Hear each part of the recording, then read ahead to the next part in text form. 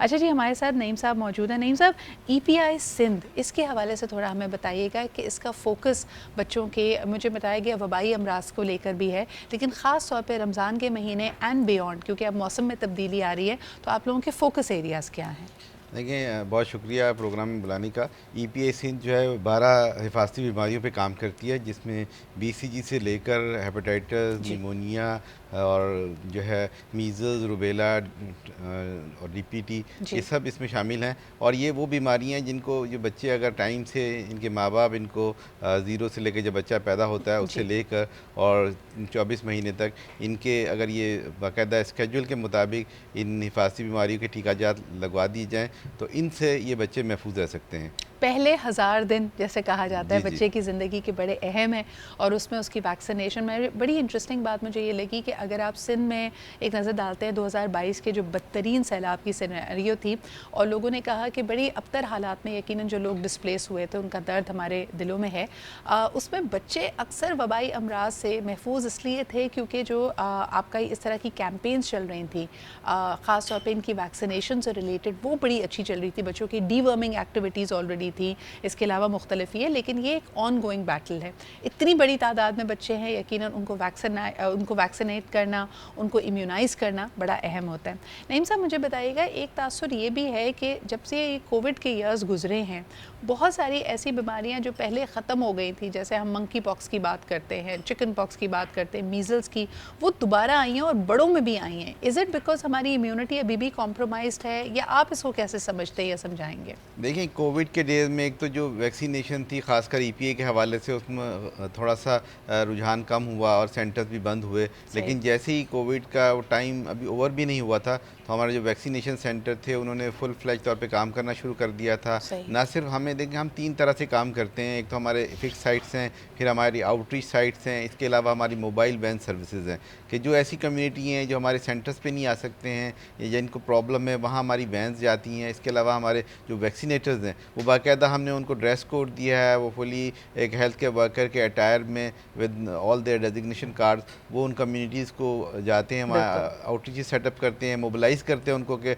लोगों को बताते हैं कि भाई बच्चों को हिफाजती टीका लगाने की क्यों ज़रूरी है, इनकी क्या इंपॉर्टेंस है। अब देखें कितना वो जो बर्डन है उनका, जो हेल्थ पे वो इन पैसे खर्च करते हैं उन बच्चों की बीमारियों पे, अगर ये वैक्सीनेशन हो जाएगी तो वो पैसे उन्हें बच जाएंगे, वो उनको बिल्कुल, अपनी बिल्कुल। न्यूट्रिशन और पे जैसे ऐड कि कर कहा सकते हैं। जाता है, हमेशा कहते हैं कि prevention is better than cure, लेकिन अगर खुदा न खासा आपका बच्चा किसी वबाई मर्ज़ में मुब्तला होता है, मीज़ल्स हो जाए, चिकन पॉक्स हो जाए, एक तो घर में अगर 2-3 बच्चे हैं तो सबकी फिर बारी आ जाती है और वालिदैन के लिए मुश्किल होती है। रानी आपा, मुझे ये बताइएगा कि जब बच्चा रिकवर कर रहा हो, मीज़ल्स हैं, चिकन पॉक्स हैं, खाना इन्होंने कुछ नहीं होता उस वक्त, तो उस वक्त क्या डाइट इनको दी जाए? अच्छा, उस वक्त ये होता है तकलीफ़ की बहुत शिद्दत होती है, यानी ये वही महसूस कर सकता है कि बच्चा उस वक्त बहुत चिड़चिड़ा हो जाता है, रोने लगता है। जी। तकलीफ़ की शिद्दत की वजह से उसे भूख प्यास कुछ महसूस और नहीं जैसे होती। मम्स जैसी बीमारी है, उसमें तो हलक से कुछ उतर भी नहीं रहा अलग होता, से बिकॉज नहीं ये होता। सारे आपके स्वॉलन ग्लैंड्स होते हैं हाँ, उस वक्त। अच्छा, इसमें मैं 2-4 छोटे-छोटे से टोट के आपके साथ शेयर करूँगी। जी। मम्स, आपको पता है कि बहुत जी।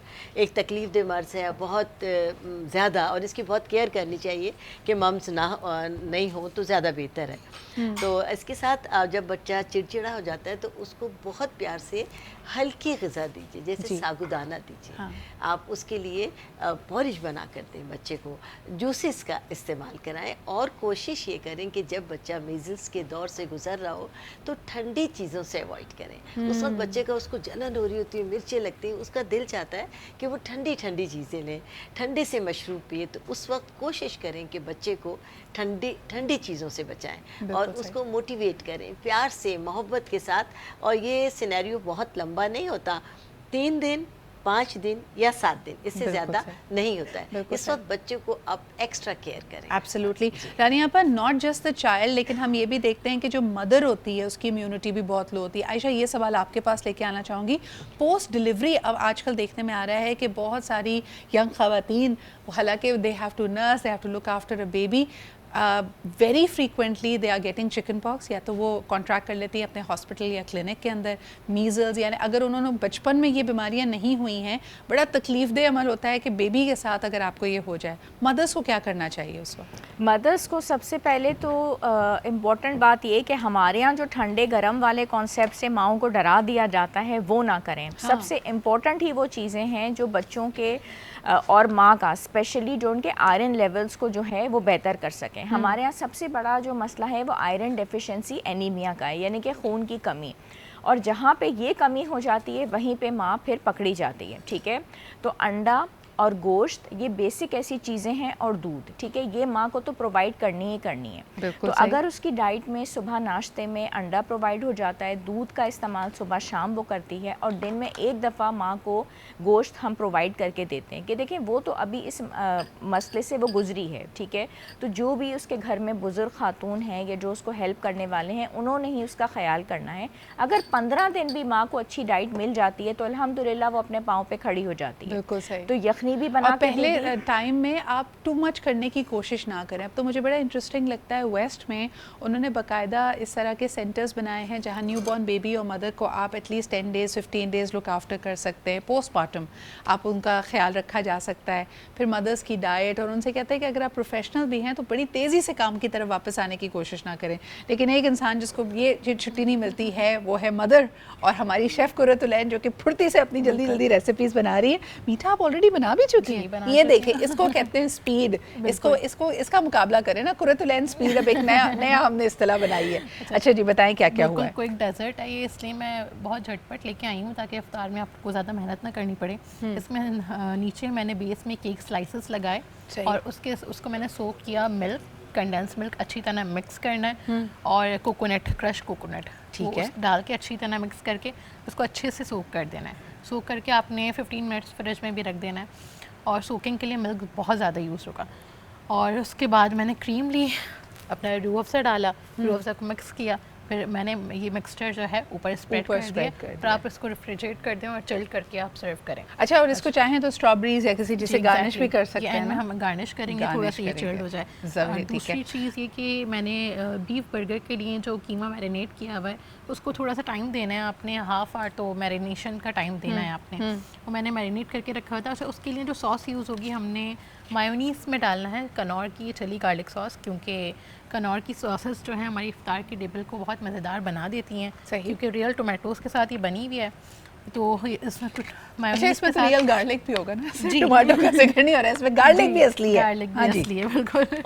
हम मायोनीज़ में चिली गार्लिक डालेंगे, मस्टर्ड पेस्ट डालेंगे, और हैलीपिनोज डालेंगे, black pepper, white paper, salt, garlic powder डालेंगे, और हॉट सॉस डालेंगे। हमारी अच्छा, बेचारी हैलेपिनो हमें क्या कहती है? यानी हम जो इतनी ज़्यादा हरी मिर्चें और लाल मिर्चें खाने वाले, ये तो बेचारी सिरके में डूबी हुई प्यारी सी मासूम सी होती है। और मुझे हैरत होती थी जब भी हम ट्रैवल करते तो अंग्रेज़ों को इससे भी मिर्चें लग जाती हैं, लेकिन बहरहाल हमें बहुत मज़े की लगती है। हम तो उसको एज अ पिकल या एज अ कॉन्डिमेंट ले रहे होते हैं। अच्छा जी, I let you get on with it. मुझे ये बताया, अभी खोपरे का यहाँ पे जिक्र हो रहा था रानी, यहाँ पर मुँह में अगर छाले हो जाए, अल्सर्स हो जाए, उसमें खोपरा कैसे हेल्प करता है? खोपरा बहुत ज़्यादा हेल्प करता है, बल्कि अगर कच्चा नारियल उस वक्त ले लिया जाए तो यानी विद इन डे ही आपके जो अगर मुंह में छाले हो गए हैं, ज़बान कट रही है, तो अल्लाह के फजल से देखिए उसमें एक ऑयल भी होता है और एक मिल्क भी होता है। सही। अल्लाह ताला ने खोपरे को बहुत ज़्यादा ताकत दी है, और उसका इस्तेमाल अगर जिनका मुंह की कोई भी प्रॉब्लम है और अगर कच्चे नारियल का अगर इस्तेमाल करें, अगर नहीं है तो जो ड्राई नारियल है हमारे पास वो इस्तेमाल करें, तो ना सिर्फ ये कि मुँह की ड्राइनेस ख़त्म हो जाती है, मुँह में छाले पड़ गए हैं, मुँह में कट्स आ रहे हैं, हर चीज़ ठीक हो जाती है। रानी आपा, आपके आते ही ना भरमार एक लाइन लग गई लोगों के सवालों की, और हम आपको बहुत मिस कर रहे थे। थैंक यू सो मच कि आपने वक्त निकाला।